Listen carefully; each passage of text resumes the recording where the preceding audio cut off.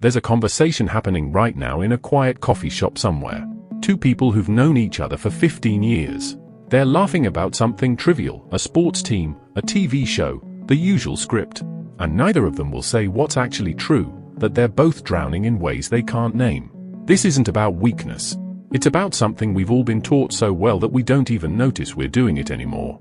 We've built a world where we're more connected than ever, instant messages, video calls, constant updates about everyone's highlight reel. And somehow, in the middle of all this connection, we've forgotten how to actually see each other. Not the curated version. Not the rehearsed answer to how are you. The real thing underneath. You know that feeling when someone asks how you're doing, and you can feel the weight of everything you're carrying, but you hear yourself say fine before you even think about it. That's not an accident. That's training. Years of it. A whole architecture of acceptable responses that keep everyone at a safe distance.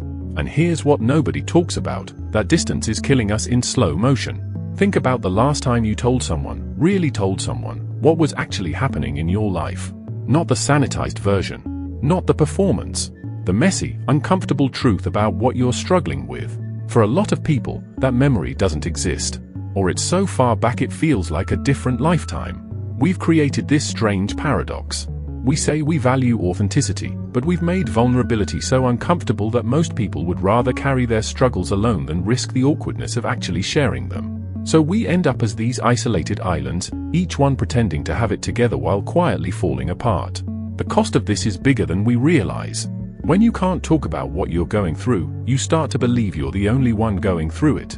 That everyone else has figured something out that you're missing. That your struggles mean something's fundamentally wrong with you, not that you're human in a system that makes being human unnecessarily hard. And then what happens? You cope the only way the culture has shown you, you numb it. You bury it in work, in scrolling, in substances, in any distraction that keeps you from sitting with what's actually there. You become functional on the outside while something essential slowly dies on the inside. Here's a truth that sounds simple but lands like a revelation when you really let it in. The things you're struggling with aren't character flaws. They're human experiences that we've been taught to treat like dirty secrets. You're not broken because you feel lost sometimes. You're not defective because you don't have all the answers. You're not weak because you need support. You're a person navigating a world that's genuinely difficult, and the story you've been told, that you should be able to handle everything alone, is a lie that's convenient for systems but devastating for humans. Think about what we've normalized. We've normalized the idea that asking for help is imposing on people, that sharing your struggles is burdening them, that the measure of a person is how little they need from others. This is insane. This goes against everything we know about how humans actually function. We're social creatures. Our brains literally evolved to connect, to cooperate, to share burdens. Isolation isn't our natural state, it's a wound we've collectively agreed to pretend is strength. And the consequences are everywhere if you look. People sitting alone in apartments, convincing themselves they're fine while their mental health deteriorates. Friendships that last decades but never get below surface level. An epidemic of loneliness in the middle of a population explosion.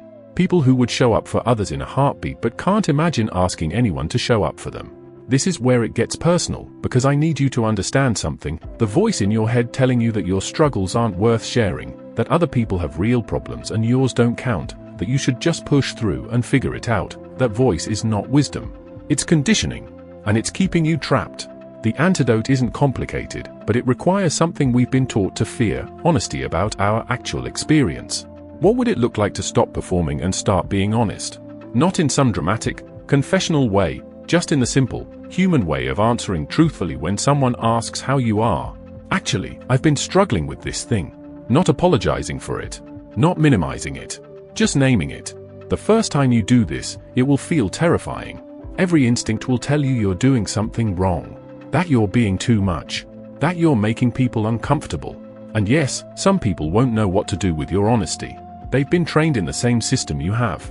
But some people will. And that's where everything changes. Because when you risk being real about what you're going through, you give other people permission to do the same. You break the spell of the performance.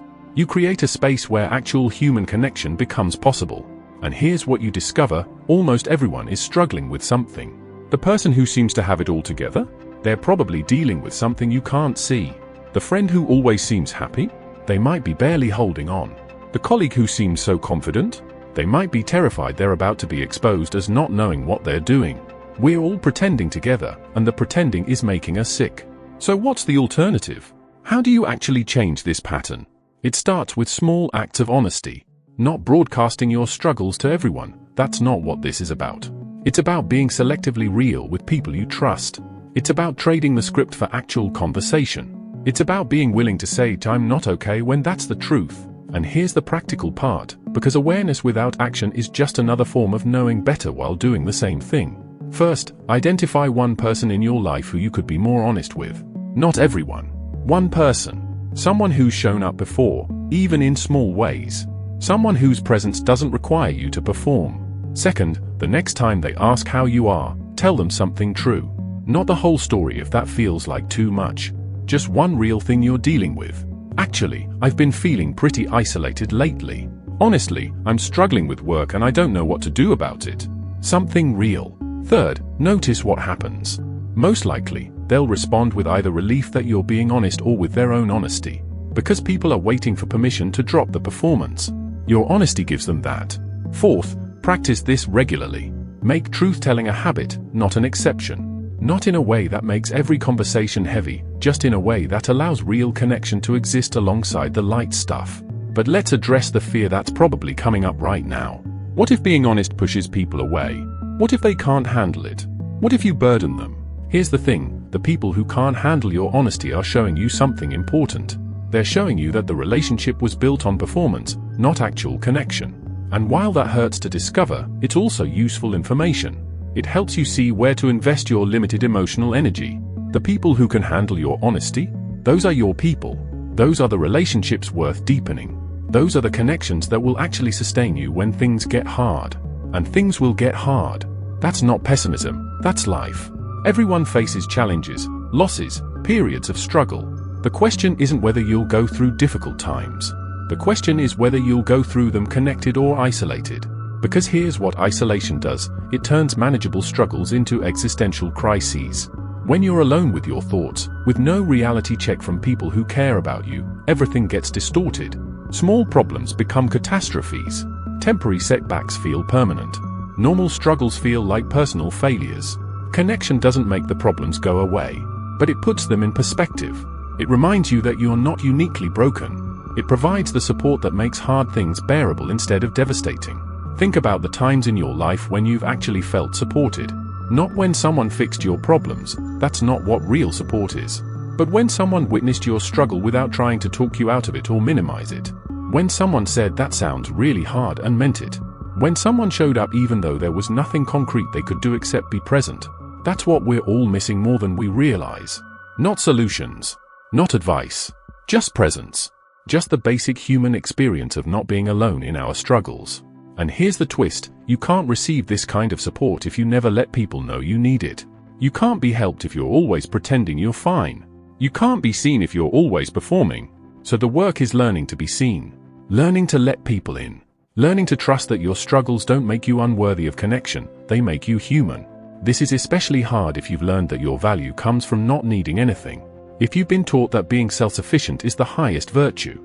If you've internalized the idea that asking for help is weakness. But think about this, would you think less of a friend who admitted they were struggling? Would you see them as weak or would you see them as brave for being honest? Would you resent them for sharing or would you feel honored that they trusted you? Most of us are kinder to others than we are to ourselves. We offer compassion to friends that we withhold from ourselves. We understand that other people's struggles are legitimate while dismissing our own as not measuring up. This double standard is destroying us. And the only way out is to extend to ourselves the same grace we'd offer anyone else. So here's what that looks like in practice. When you're struggling, instead of telling yourself to push through, ask yourself, what would I tell a friend going through this? And then do that for yourself. When you notice you're isolating, instead of justifying it, ask yourself, am I avoiding connection because I genuinely need alone time, or because I'm afraid of being seen? When you catch yourself minimizing your struggles, ask yourself, am I being realistic, or am I comparing my behind the scenes to everyone else's highlight reel? These questions won't give you instant answers, but they'll start to break down the automatic patterns that keep you stuck. And speaking of patterns, let's talk about the stories we tell ourselves about what strength looks like. We've been sold this image of strength as independence, as not needing anyone, as handling everything alone. And that image is not just wrong, it's dangerous. Real strength isn't isolation. It's interdependence. It's knowing when to ask for help. It's being honest about your limits. It's building a support system before you desperately need one. The strongest people aren't the ones who never struggle. They're the ones who struggle and reach out. Who fall apart and let themselves be held back together.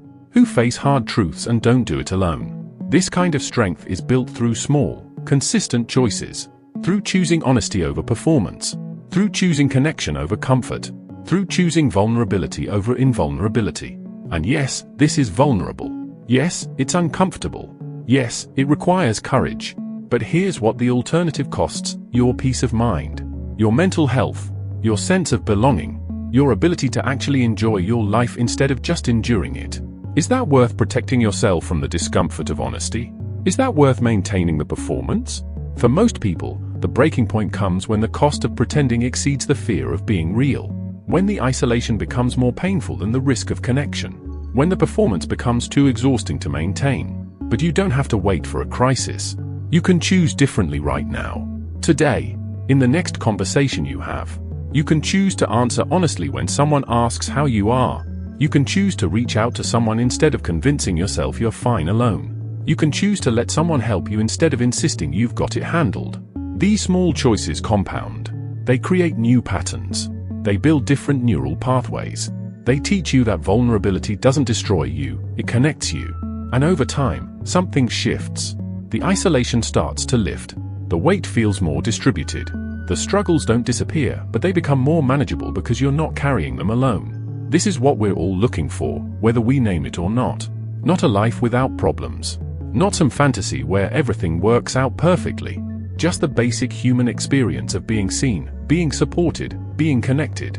And the beautiful thing is, you don't have to wait for someone else to create this for you. You can start creating it right now by being the kind of honest, present, supportive person you wish more people were. You can be the friend who asks real questions and waits for real answers. Who doesn't accept fine when it's clearly not true. Who creates space for people to drop the performance. You can be the person who admits when they're struggling, giving others permission to do the same. You can be the one who shows up, even when it's awkward, even when you don't know what to say, even when there's nothing to fix. Because here's the truth, we're all making this up as we go. Nobody has it figured out. We're all just humans trying to navigate a genuinely difficult world, and we do it better together than apart. The culture will tell you otherwise. It will tell you to be strong alone, to handle your own problems, to not burden others, to keep your struggles private. But the culture is wrong. And you don't have to keep following rules that are making you miserable. You can choose connection over isolation, honesty over performance, vulnerability over invulnerability. And when you make that choice, when you really commit to it, something remarkable happens. You discover that the thing you've been most afraid of, being truly seen, is exactly what you've been missing all along. Not because it makes life easy, not because it solves all your problems, but because it reminds you that you're not alone in this, that your struggles are shared. That your humanity is not something to hide but something to honor. And in a world that's increasingly isolated, increasingly performed, increasingly disconnected from what's real, that matters more than we can possibly measure. So wherever you are right now, whatever you're going through, whatever you've been carrying alone, you don't have to keep carrying it alone. There are people who would show up if they knew you needed them, who would sit with you in the mess, who would remind you that struggling doesn't make you broken. But they can't help if they don't know. They can't show up if you don't let them in. The risk is real. The discomfort is real. But so is the connection waiting on the other side. And you deserve that connection. Not someday when you've got it all figured out. Not when you've solved all your problems. Right now, exactly as you are, struggling and uncertain and human. You deserve to be seen. You deserve to be supported. You deserve to stop performing and start connecting. The question is, are you ready to let yourself have that? Because it's available. Right now. In the next honest conversation you choose to have. But let's get practical for a moment. Because I know how this goes. You hear something that resonates, you feel that spark of recognition, you think yes, I should do this, and then nothing changes. The moment passes. The insight fades. The old patterns reassert themselves. So let's talk about how to actually make this shift. Not in some abstract, someday kind of way. In a concrete, this week kind of way. First, understand that you're working against years of conditioning. This isn't going to change overnight because you decided it should. You're not going to wake up tomorrow suddenly comfortable with vulnerability. That's not how behavior change works. What works is starting so small that it doesn't trigger your defense mechanisms. So small that it feels almost silly. Because when change feels manageable, you actually do it. When it feels overwhelming, you avoid it.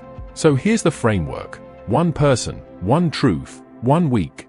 One person, identify someone who's already in your life who feels relatively safe. Not necessarily your closest friend, sometimes those relationships have the most performance pressure. Maybe it's someone you've known for a while but never gotten that deep with. Someone who's shown signs of being real themselves. Someone whose presence doesn't exhaust you. One truth, pick something you're dealing with that's real but not your deepest, darkest secret. This isn't about trauma dumping on someone who hasn't signed up for that. It's about sharing something genuine that you'd normally keep to yourself. I've been feeling pretty overwhelmed at work. I'm struggling with whether I'm in the right career. I feel like I'm going through the motions lately and I don't know why. 1 week, give yourself a deadline. Within the next 7 days, you're going to have one honest conversation with one person about one real thing. That's it. That's the entire commitment. Now, when you do this, your brain will try to talk you out of it. It will tell you, this isn't the right time. This person probably doesn't want to hear it. You're being dramatic. It's not that big of a deal. You can handle it yourself. Maybe next week would be better. Recognize these as defense mechanisms, not truth. Your brain is trying to keep you safe in the way it knows how, by keeping you isolated. Thank it for trying to protect you, and do the thing anyway. When you actually have the conversation, here's what tends to happen. Scenario 1, the person responds with relief and opens up themselves. This is the most common outcome. People are so starved for real connection that when someone goes first, they often follow. Scenario 2, the person is supportive but doesn't match your vulnerability. They say something kind but don't go deeper themselves. This is fine. You're not doing this to force them to open up. You're doing it to practice being honest. Scenario 3, the person gets uncomfortable and changes the subject. This happens sometimes. It doesn't mean you did anything wrong. It means they're not ready or able to go there. You've learned something useful about that relationship. The key is, no matter which scenario happens, you've broken the pattern. You've proven to yourself that being honest doesn't actually destroy you. That's the entire point. And then you do it again. With someone else, or with the same person about something different. You keep practicing until being honest starts to feel less terrifying and more natural. But there's another piece of this that's equally important, learning to receive honesty from others. Because if you want people to be real with you, you have to be able to handle their reality without trying to fix it, minimize it, or redirect it. Think about how you typically respond when someone shares something difficult. Do you immediately try to solve it? Do you say, it could be worse, or compare it to someone who has it harder? Do you shift the conversation back to yourself? Do you get uncomfortable and change the subject? These are all normal responses to other people's pain. They're also all ways of avoiding actually being present with them. Here's what presence actually looks like. When someone shares something difficult, your job is not to fix it. Your job is to witness it. Say things like, that sounds really hard. I'm sorry you're dealing with that. That makes sense that you'd feel that way. Thank you for trusting me with this. Ask things like, how are you handling it? What would be most helpful right now? Do you want to talk through it or just vent? And then, and this is the crucial part, actually listen to their answer. Don't listen while planning what you're going to say next. Don't listen while searching for solutions. Listen to understand their experience. This is harder than it sounds. Because we're not taught to sit with discomfort. We're taught to resolve it, escape it, or minimize it. But someone's pain doesn't need to be resolved in the moment you hear about it. It needs to be acknowledged. When you can do this for others, when you can be present with their struggles without trying to fix them, you create the kind of relationship where both people can be honest. Where vulnerability feels safe because it's met with compassion, not judgment or problem solving. And this creates a feedback loop. The more you practice being honest, the safer it feels. The safer it feels, the more you do it. The more you do it, the more you attract and maintain relationships that can handle honesty. And those relationships become the foundation for everything else. Because here's what changes when you have even 2 or 3 relationships where you can be real. You stop catastrophizing alone. When something goes wrong, you have people to help you see it clearly instead of spiraling in your own head. You make better decisions.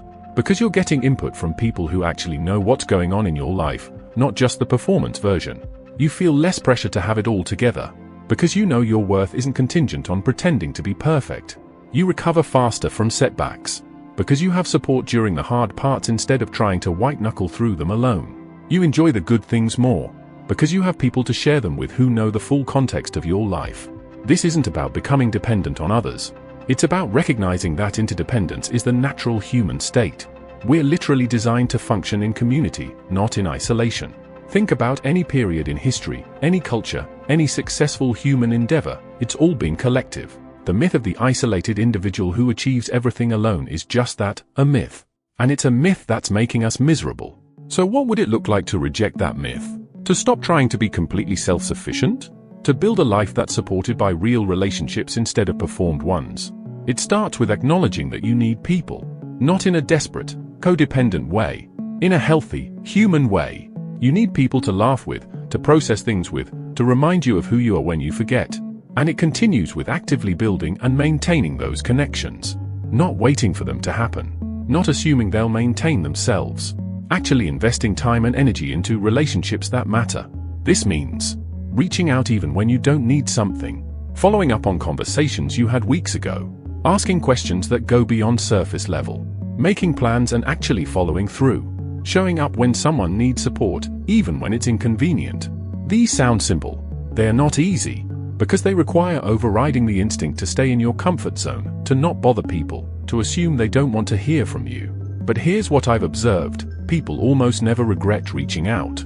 They regret not reaching out. They regret letting friendships fade. They regret staying silent when they needed support. They regret performing instead of connecting. So what do you want to regret? The discomfort of being honest, or the isolation of pretending? Because both paths have a cost, but only one of them leads somewhere worth going. And look, I'm not saying this will fix everything. I'm not saying that having better relationships solves all your problems or makes life easy. Life is still hard. Struggles are still real. Pain still happens. But it happens differently when you're connected. It happens in context instead of in isolation. It happens with support instead of alone. And that difference, that shift from isolated struggle to shared struggle, is everything. Think about the hardest things you've been through in your life. The moments that tested you. The challenges that pushed you to your limits. Now think about whether you went through them alone or with support. Think about whether you had people who showed up, who listened, who reminded you that you'd get through it. Or whether you had to pretend you were fine while falling apart inside. There's a reason why one of those experiences feels manageable in retrospect and the other feels traumatic. Support doesn't change what happened, but it changes how you move through it. And the time to build that support isn't when you're in crisis. It's now. In the ordinary moments. In the daily choice to be honest instead of performed. So here's your homework, if you want it. This week, have one real conversation. One moment of honesty. One instance of letting someone see you without the armor. Notice what happens. Notice what changes. Notice how it feels afterward. And then next week, do it again. Because this isn't a one-time thing. This is a practice. A way of being in the world. A choice you make over and over until it becomes who you are. You're not looking for perfect vulnerability. You're not aiming for constant deep conversations. You're just creating space for real connection to exist alongside everything else. And over time, that space grows. Those connections deepen. That foundation strengthens. Until one day you realize you're not performing anymore. You're not isolated anymore. You're not carrying everything alone anymore. You're connected. You're honest. You're supported. And the life you're living feels like yours instead of something you're just enduring. That's available. Right now. Starting with one conversation. All you have to do is be willing to start.